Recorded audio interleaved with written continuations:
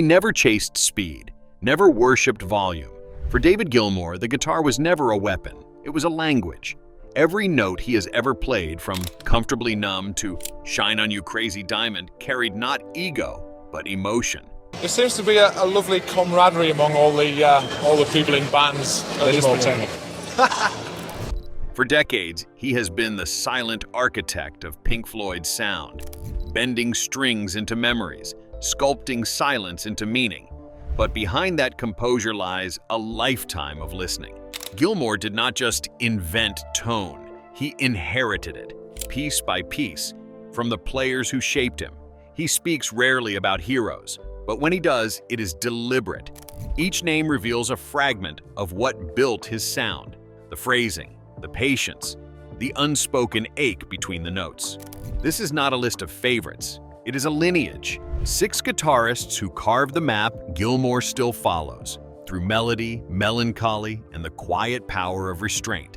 Each one left fingerprints on his tone, his phrasing, and his silence. Here are the 6 guitarists David Gilmour finally calls his own. Number 6, Jeff Beck. He played like thunder learning to whisper. Jeff Beck was not chasing perfection, he was chasing feeling. For Gilmour, Beck redefined the guitar's language. Every slide, every silence carried intent. From the Yardbirds to Blow by Blow, his touch was fearless and alive. Beck taught him that tone is not gear, it is courage wrapped in sound. In Beck's hands, the guitar stopped being a machine. It became weather, unpredictable, emotional, dangerous. Gilmour once said Beck could make the guitar sound like it was laughing, crying, or burning all at once. It was not about volume or virtuosity, it was instinct. Every vibrato was a heartbeat, every slide a sigh that seemed to come from the room itself. Beck did not play songs, he conjured moods. For Gilmour, listening to Beck was like standing in front of a mirror that showed what emotion could look like in sound. The two shared an obsession with feel over flash. Beck could bend a single note into meaning the way a poet bends a word. That restraint, the refusal to fill every space, was the lesson Gilmour carried through decades of recording. It is there in Shine on You Crazy Diamond, in High Hopes, in every moment when silence hums louder than distortion. Another guitarist once said, Beck did not need lyrics, his fingers did the talking. Gilmour understood that language perfectly. It is why his solos, like Beck's, often seem like conversations, measured, patient, alive. When news of Beck's passing reached him, Gilmour called him a one-of-a-kind player, a pure expressionist. It was not sentiment, it was truth. Beck stood apart, untamed even by admiration. What Gilmour absorbed was not Beck's technique, but his philosophy. That sound is personal, and mastery means staying unpredictable.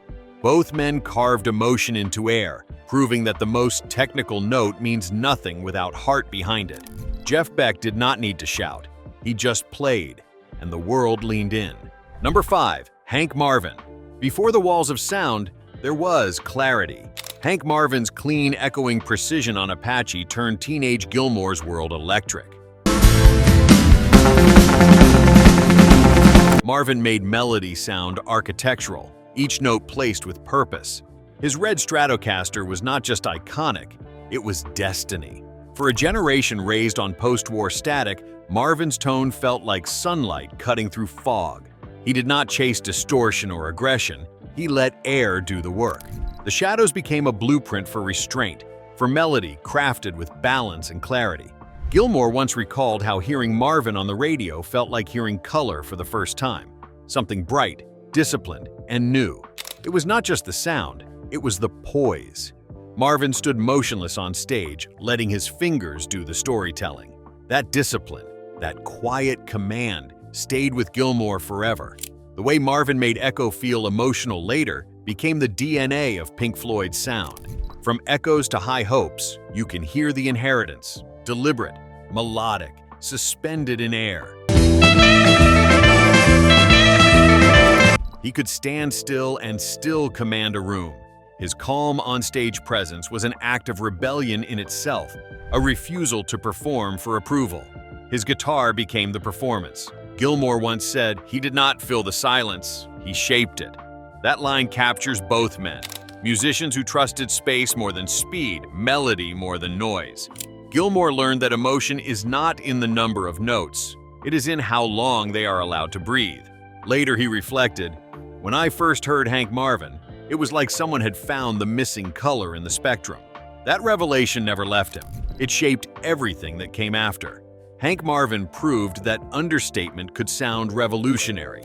His tone was precise, human, timeless. Gilmour did not just listen, he learned. And what he learned was simple.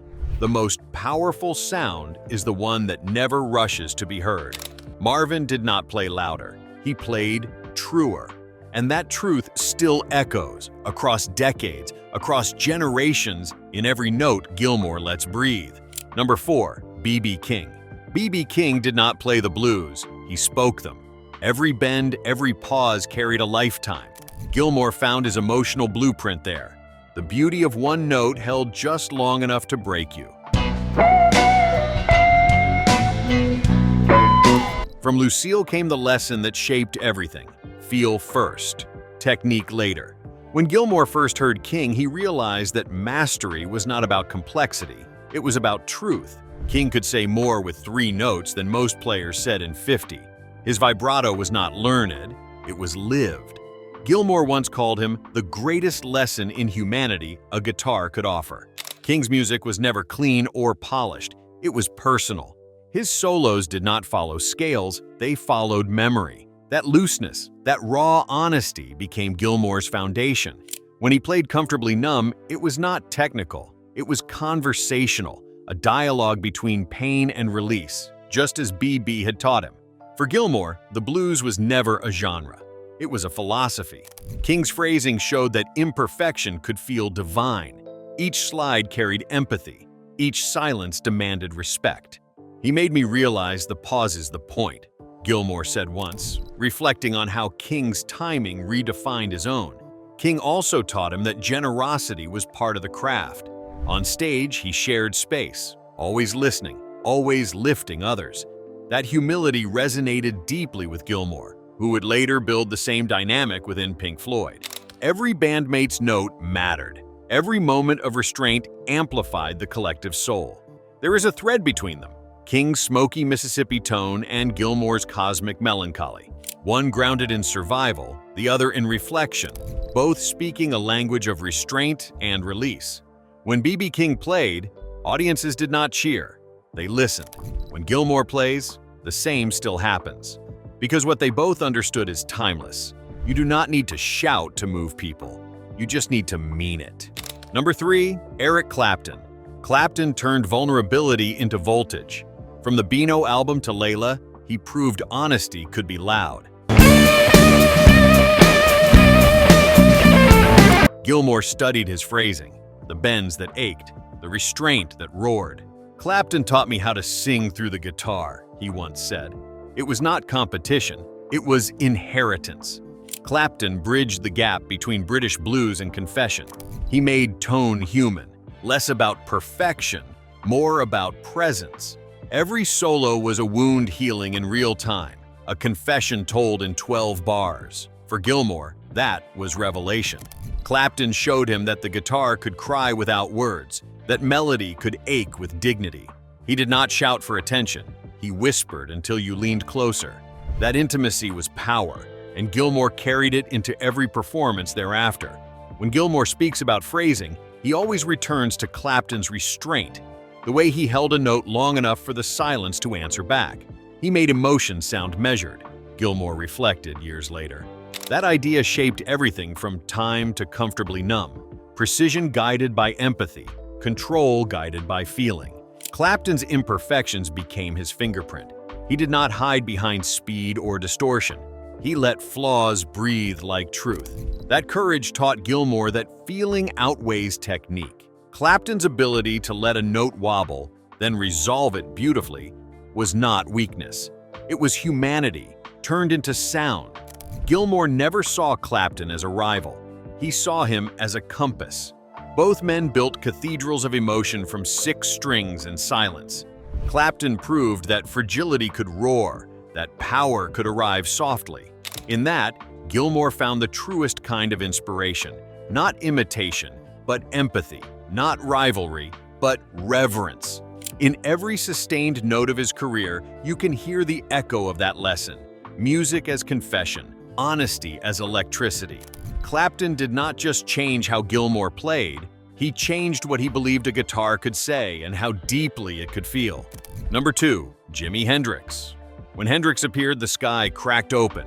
Gilmour watched distortion become poetry, chaos become control. Rock me, baby, rock me all night long. Hendrix changed everything, he later admitted. It was not just sound, it was liberation. Hendrix's fearless touch showed Gilmour that melody could exist inside fire, and that danger could be beautiful. Hendrix turned the guitar into weather, unpredictable, electric, and alive. He did not just play music, he reshaped its boundaries. Every performance felt like invention under pressure, a storm somehow made graceful. Gilmour did not copy him, he studied him, trying to understand how someone could translate pure feeling into chaos and make it coherent. Hendrix taught him that rebellion and beauty could share the same stage, and that art was often born in risk, not safety. Gilmour once described Hendrix as a painter who used distortion as his palette.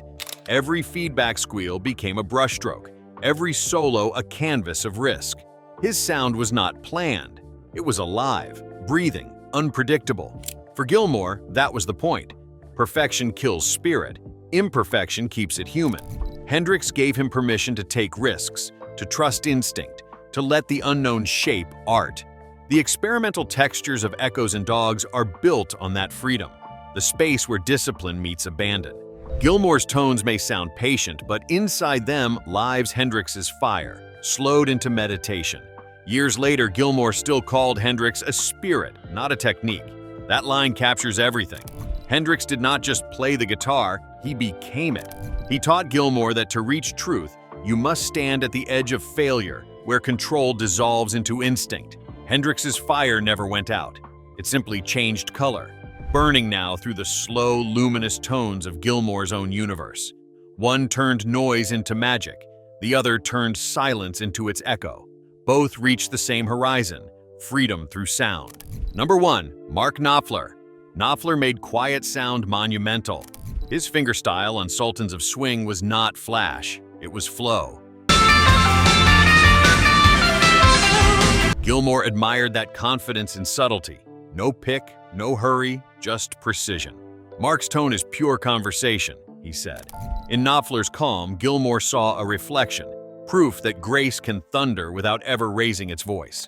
Knopfler arrived when rock was deafening and silenced it with touch. He did not force the guitar to speak. He listened to it. His phrasing was unhurried, conversational, almost tender. Gilmour saw that patience as radical. In a world chasing spectacle, Knopfler built suspense through simplicity. Every note felt earned, every pause deliberate, every silence alive with meaning. Gilmour once said, "He plays like he's speaking directly to one person, not a crowd." That intimacy fascinated him. Both men shared the same belief. That vulnerability carries more power than volume. Their styles diverged in sound but met in spirit. An understanding that control and emotion can coexist without compromise, without ever betraying truth. Knopfler's tone reminded Gilmour that precision is not cold, it is care. Each chord placement felt like a sentence ending exactly where it should. When they performed together, the chemistry was serene. Two voices weaving conversation into melody, proof that subtlety can still electrify and silence can still move hearts. Gilmour later called Knopfler the quietest revolutionary in rock. It is true. Knopfler did not conquer songs, he guided them. His restraint became rebellion, his softness became strength. For Gilmour, Knopfler confirmed that intimacy could carry the same weight as spectacle, that humility could echo louder than noise. Mark Knopfler did not play to dominate, he played to connect. And in that connection, Gilmour saw the essence of every great player before him. That emotion, when whispered, can move mountains more surely than any storm. For David Gilmour, the guitar was never about speed, noise, or showmanship. It was about truth, spoken one note at a time. Across these 6 names, Beck, Marvin, King, Clapton, Hendrix, and Knopfler, lies the story of his own sound, born from courage, refined by patience, and carried by feeling. They were not idols to imitate. They were voices in a conversation that never ends, a dialogue between past and present, silence and sound.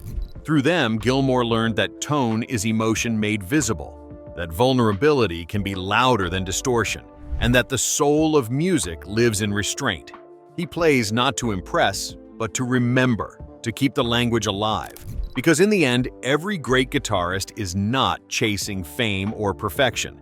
They are chasing a single moment of honesty. What about you? Which guitarists do you think Gilmour would have added or spared? Share your thoughts below and subscribe for more journeys into music's quiet revolutions.